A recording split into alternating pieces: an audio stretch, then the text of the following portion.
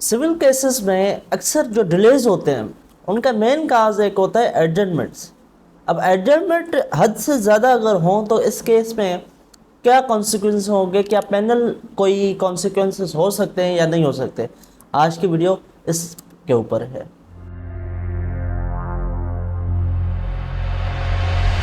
जब इस किताब सीपीसी को आप देखते हैं, इसमें एक ऑर्डर है, ऑर्डर 17, जो कि डील करती है एडजमेंट्स के हवाले से।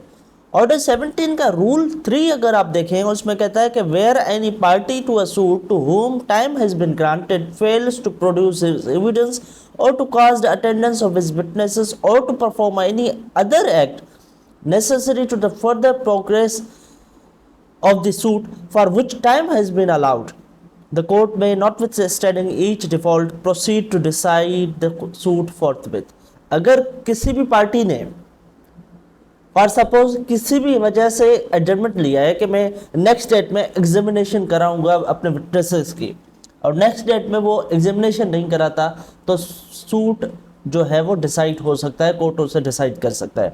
आज हम एक केस इस हवाले से डिस्कस करेंगे। लाहौर हाई कोर्ट का केस है 2024 CLC 29 अताइलाई वर्सेस अल्लाह बचाया एंड अदर्स। अब ये जो केस है ये डिक्लेरेशन के हवाले से 10 मरला लैंड के हवाले से। अब इसमें फैक्ट्स क्या है कि 2014 में सूट फाइल हुआ अप्रैल में, और 2017 में जाके इसमें इश्यूज फ्रेम हुए। 3 साल के बाद जाके इश्यूज फ्रेम हुए, और उसके बाद 2019 तक जो प्लेंटिफ हैं वो सिर्फ एडजमेंट्स ही लेते गए, और तकरीबन 17 एडजमेंट्स प्लेंटिफ ने ली हैं, जबकि डिफेंडेंट ने कोई एडजमेंट नहीं ली। प्लेंटिफ ने 17 एडजमेंट्स ली हैं। अब ये प्लेंटिफ अगर आप इसकी हरकत देखें तो ये सूट चला ही नहीं रहा था। अब 2017 में इश्यूज फ्रेम है और 2019 तक वो एडजमेंट्स नहीं ले रहा था, कोई सूट चला नहीं रहा था, न ही अपने विटनेसेस को एग्जामाइन कर रहा था, एविडेंस चला रहा था। अब कोर्ट ने क्या किया, कोर्ट ने ऑर्डर 17 रूल 3 को अप्लाई करते हुए, उस प्रोविजन को अप्लाई करते हुए सूट डिसाइड कर दिया। अब अपीलेंट जो है, मीन्स के प्लेंटिफ जो है, वो अपील में आ गए, सिविल अपील में। डिस्ट्रिक्ट कोर्ट ने अपील खारिज कर दी। अब ये आ गए हैं हाई कोर्ट में सिविल रिवीजन में अंडर 115 सेक्शन।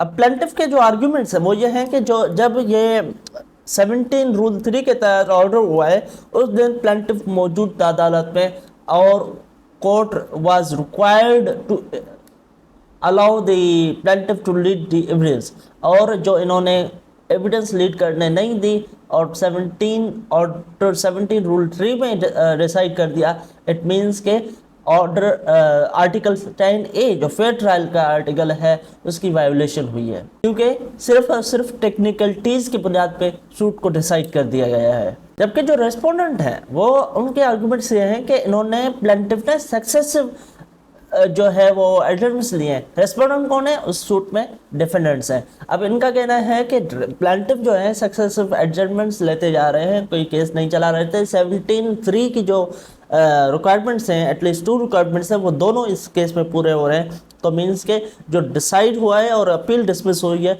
वो बिल्कुल सही हुई है।